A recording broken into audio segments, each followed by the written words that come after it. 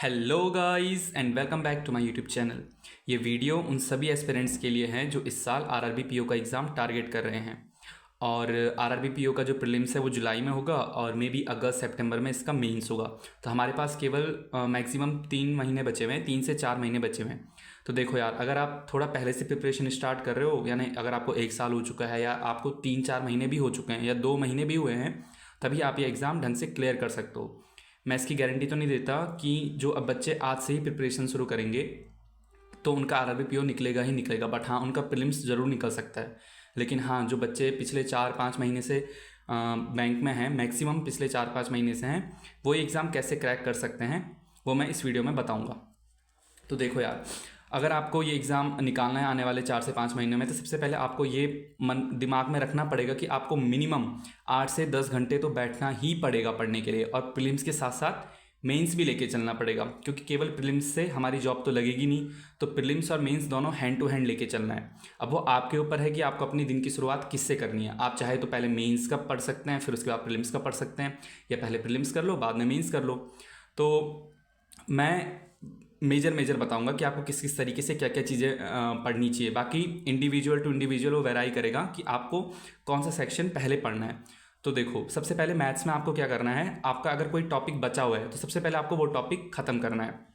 उस particular day में 1 घंटा देना उस नए टॉपिक को, और उस 1 घंटे में जितना भी होता है वो टॉपिक उसको कवर करना है। फिर उसके बाद रिवीजन करना है, प्रैक्टिस करनी है, जो आपके पिछले, जो आपने पुराना जो भी पढ़ा है उन सब का रिवीजन करना है, प्रैक्टिस करना है। और उसके साथ साथ वन लाइनर्स की प्रैक्टिस। जितनी ज़्यादा आप वन लाइनर्स की प्रैक्टिस करोगे उतने ज़्यादा चांसेस हैं कि आप प्रीलिम्स में कम से कम टाइम में ज़्यादा से ज़्यादा क्वेश्चन कर पाओगे। फिर उसके साथ तब क्या होगा कि आपको अर्थमेटिक करने के लिए और डीआई करने के लिए सफिशिएंट टाइम बचेगा। तो इसीलिए जब आप वन लाइनर करोगे ना, सिंप्लीफिकेशन, नंबर सीरीज हो गया, क्वाड्रेटिक इक्वेशन हो गई, तो आपको फिर ये सारे के सारे क्वेश्चन आपको टाइमर लगा के करना है। ये किसी पीडीएफ से करोगे, गाइडली की पीडीएफ से करोगे तो मॉक लगा के करना। तो इससे क्या होगा, आपकी यहाँ स्पीड बढ़ेगी। आप स्पीड बढ़ाने के लिए टेबल याद कर सकते हो, या जनरली कुछ भी, कोई भी रैंडम नंबर अपने दिमाग में सोच करके उसकी एडिशन, मल्टीप्लिकेशन, सब्ट्रैक्शन, ये सब कुछ कर सकते हो। तो मैथ्स में आपको हर रोज़ 2.5 से 3 घंटे तो देने ही देने हैं। फिर उसके बाद बात आती है इंग्लिश की।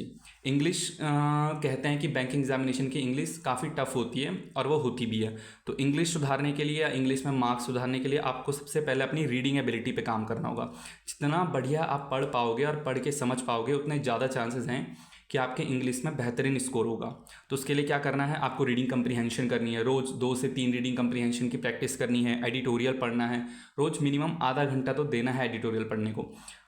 किसी भी न्यूज़पेपर का पढ़ सकते हो, बट मैं प्रेफर करूँगा कि अगर आप द हिंदू पढ़ोगे तो वो सबसे बेस्ट रहेगा। इसके साथ साथ एरर के क्वेश्चंस, अब एरर के क्वेश्चंस भी बहुत देखे जा रहे हैं। आप बिना ग्रामर के नहीं जा सकते हो इंग्लिश का पेपर देने के लिए, आपको ग्रामर पढ़नी ही पड़ेगी। ये जो भी कहते हैं ना कि बिना ग्रामर के भी आप बैंकिंग एग्जामिनेशन में इंग्लिश में अच्छे स्कोर ला सकते हो, तो वो बिल्कुल भी गलत है। आपको 120 रूल्स ऑफ ग्रामर ये ख़त्म कर सकते हो, और जो पार्ट्स ऑफ स्पीच है वो ऑफकोर्स आपने पहले से पढ़ी हुई होगी। तो ये सब चीज़ें आपको आनी ही चाहिए। रोज़ एरर क्वेश्चंस की प्रैक्टिस कीजिए, और जो भी आप गलती कर रहे हो ना एरर क्वेश्चन में, वो आप नोट डाउन कर दो, एक रफ कॉपी में नोट डाउन कर दो। जो आप गलती करोगे उसके जो भी उस पर रूल लग रहा होगा ना, उस रूल को आप नोट डाउन कर दो, तो आप कभी भूलोगे नहीं। पैराजम्बल की रोज़ प्रैक्टिस कीजिए, हो सके तो हर दिन 2 से 3 पैराजम्बल करिए प्री लेवल की, क्योंकि पैराजम्बल अब बहुत देखी जा रही है एग्जामिनेशन में। अगर आपकी इसमें पकड़ जितनी ज़्यादा मजबूत होगी ना, उतने ज़्यादा चांसेस हैं कि आपके नंबर बहुत अच्छे होंगे, क्योंकि पैराजम्बल पूरा 5 नंबर का होता है।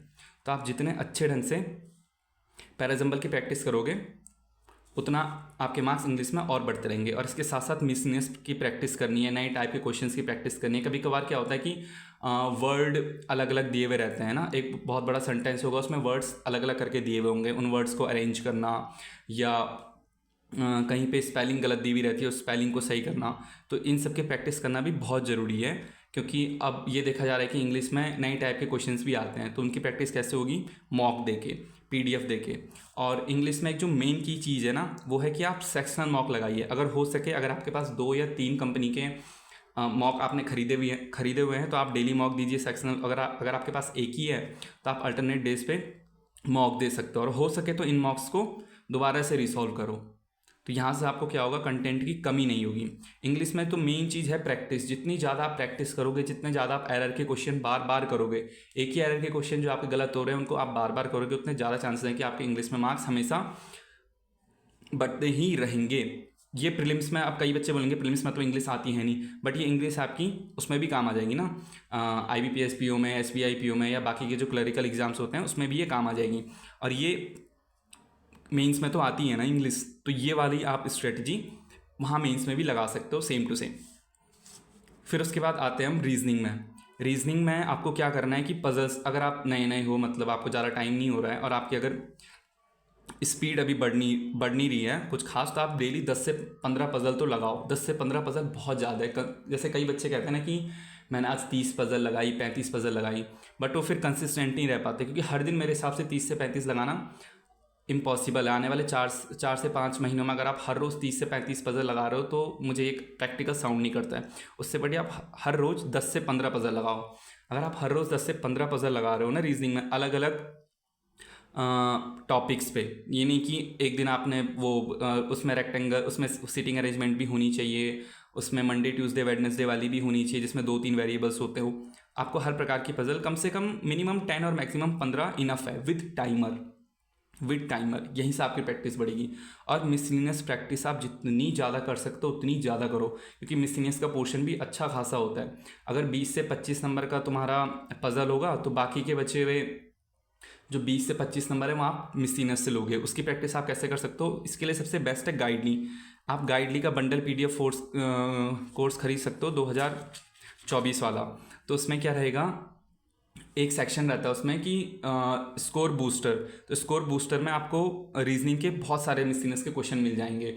उसमें आपको कोडिंग डिकोडिंग मिल जाएगा, डायरेक्शन के क्वेश्चन मिल जाएंगे, ब्लड रिलेशन के क्वेश्चन मिल जाएंगे। तो यहाँ से आप रीजनिंग की प्रैक्टिस कर सकते हो। तो रीजनिंग का सारा खेल प्रैक्टिस और प्रैक्टिस ही है। मिसलिनियस की प्रैक्टिस करने में हो सकता है एक टाइम के बाद आप इसमें इतने हाथ आपका इसमें इतना बन जाए कि आपको एक टाइम के बाद बोरियत आने लग जाएगी, लेकिन फिर भी आपको इसकी प्रिपरेशन बिल्कुल भी नहीं छोड़नी है, क्योंकि जितने जल्दी आपके प्रीलिम्स में RRB PO और क्लर्क में मिसलिनियस खत्म होंगे ना मैथ्स और रीजनिंग में, उतने ज़्यादा आपको टाइम मिल पाएगा मैथ्स के अर्थमेटिक क्वेश्चन करने में, DI क्वेश्चन करने में और रीजनिंग की पजल करने में। तो देखो यार, अगर आपकी प्रीलिम्स अभी उतनी स्ट्रांग नहीं है तो आपको मिनिमम 5 से 6 घंटे तो प्रीलिम्स को देने हैं। फिर बाकी के जो बचे हुए 4 से 5 घंटे हैं वो आपको कहाँ देने हैं, मेंस की तरफ देना है। और अगर आपकी प्रीलिम्स पहले से स्ट्रांग है, बहुत अच्छी स्ट्रांग है, आप बस मेंस में फंस रहे हो, तो आपको उल्टा करना है, आपको मेंस को ज़्यादा टाइम देना है। अगर आप 10 घंटे पढ़ रहे हो तो मेंस को दो कम से कम 6 घंटे मेंस को दो, और बाकी के 3 घंटे में आपको तो केवल प्रैक्टिस करनी है।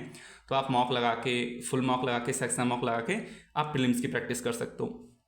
मेंस की प्रैक्टिस क्या करनी है कि एक सब्जेक्ट हमेशा फिक्स रखना है GA के साथ, कि GA के साथ इंग्लिश कर लिया एक दिन, फिर एक दिन GA के साथ मतलब GA के साथ इंग्लिश और मैथ्स कर ली, फिर अगले दिन GA के साथ मैथ्स और रीजनिंग कर ली, फिर उसके अगले दिन GA के साथ इंग्लिश और रीजनिंग कर ली। मीन्स GA तो रखनी ही है, GA फिक्स है। क्योंकि आई थिंक RRB PO की GA मुझे सबसे टफ लगी थी, क्योंकि उसमें स्टेटमेंट बेस्ड क्वेश्चन बहुत सारे थे। तो आप अभी से GA पढ़ना शुरू कर दो। ये मत सोचो कि जब मेरा प्रीलिम्स निकलेगा या जब प्रीलिम्स नज़दीक होगा तब मैं GA की प्रिपरेशन स्टार्ट करूँगा या करूँगी। अभी से आप GA की प्रिपरेशन में जम के लग जाइए, और हो सके तो वीडियो के साथ साथ PDF भी प्रेफर कीजिए। इसके लिए मैंने अलग से पहले से वीडियो अपने चैनल में बनाई हुई है, आप वो देख सकते हैं कि कैसे GA की प्रिपरेशन करनी है। बट हाँ, एक चीज़ मैं GA में ये बोलना चाहूँगा कि अभी से प्रिपरेशन शुरू करनी है। वेट नहीं करना है कि जब मेरा प्रीलिम्स निकलेगा या जब मई आएगा, जून आएगा, तब मैं GA स्टार्ट करूँगा या करूँगी। अभी से लग जाना है। और हर रोज़ अल्टरनेट डेज पे 1 या 2 लेंथी पजल हमेशा उठानी है, और हो सके तो इन पजल को रिजॉल्व दोबारा करना है। कि सपोज आपने आज ये वाली पजल करी, एक लेंथी पजल करी, फिर हो सके 10 या 15 दिन बाद उस पजल को एक बार दोबारा सॉल्व कर लो। लॉजिकल DI और लेंथी केस लिए DI को भी अल्टरनेट डेज पे सॉल्व करो। तो सपोज आप एक दिन आपने लॉजिकल DI और लेंथी DI केस लिए DI कर ली, फिर उसके अगले दिन क्या करना है, मेंस के मिसलिनियस क्वेश्चन करने हैं मैथ्स के, कि अर्थमेटिक के क्वेश्चन कर दिए, 1 लाइनर्स कर दिए। और वही आपको रीजनिंग में भी करना है कि रीजनिंग में एक दिन आपने पजल लगाई मेंस की, दूसरे दिन आपने उसके मिसलिनियस क्वेश्चन करना है, क्योंकि मिसलिनियस क्वेश्चंस मेंस में आप सबसे ज़्यादा मार्क्स मिसलिनियस क्वेश्चन से ही खींच सकते हो। फिर चाहे वो RRB PO हो, SBI PO हो या IBPS PO हो, किसी का भी मेंस हो, आप मिसलिनियस से ही सबसे ज़्यादा मार्क्स ले सकते हो मेरे हिसाब से। तो जैसे रीजनिंग में एमईसीएस क्या क्या होता है, मशीन इनपुट आउटपुट होता है, कोडिंग डिकोडिंग होता है, कोडिंग डिकोडिंग के ब्लड रिलेशंस के क्वेश्चंस आते हैं।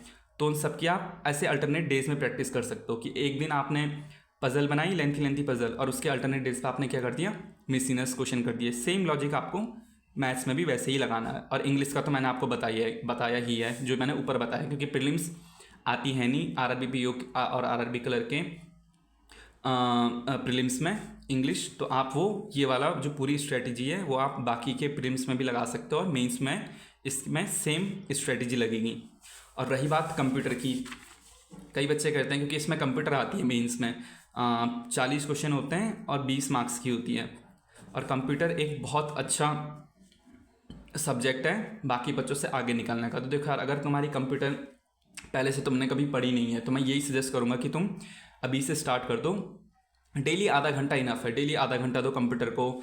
आप अरिहंत की बुक खरीद सकते हो, वहाँ से भी कर सकते हो, या ऑनलाइन कोई भी बहुत सारी पीडीएफ मिलती है कंप्यूटर की, तो आप वहाँ से ये ख़त्म कर सकते हो कंप्यूटर। और अगर हाँ आपके कंप्यूटर में पहले से पकड़ है तो आप मई जून से भी स्टार्ट कर सकते हो कंप्यूटर पढ़ना। बट मैं यही प्रेफर करना चाहूँगा कि आप अभी से प्रिपरेशन, क्योंकि मैंने भी कंप्यूटर की प्रिपरेशन मार्च अप्रैल से ही हर रोज़ आधा घंटा मैं पढ़ता ही था। बट बीच में फिर मेरा टूट गया था कंप्यूटर का पढ़ना, क्योंकि मुझे जीए कंप्लीट करनी थी, मेरी जीए काफ़ी रह चुकी थी उस टाइम पे।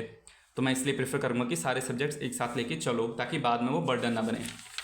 और कुछ प्रो टिप्स, कहते हैं ना कि स्मॉल थिंग्स बिग इम्पैक्ट, कोई छोटी छोटी चीज़ें होती हैं वो बहुत बड़ा इम्पैक्ट डालती है। हमें लगता है कि यार नहीं करेंगे तो क्या होगा, बट ये बहुत ज़्यादा इम्पैक्ट डालती है आपके प्रिपरेशन में। अगर आपकी दिन की शुरुआत बढ़िया होगी, हो सके तो एक छोटा सा वर्कआउट कर लिया रूम के अंदर ही, या मेडिटेशन कर लिया, क्योंकि जितनी बेहतरीन आपकी दिन की शुरुआत होगी ना, उतने ज़्यादा चांसेस हैं कि आपका पूरा दिन बेहतरीन से बेहतरीन जाएगा। और एक टू डू लिस्ट तो मस्ट है, हर रोज़ बनाइए।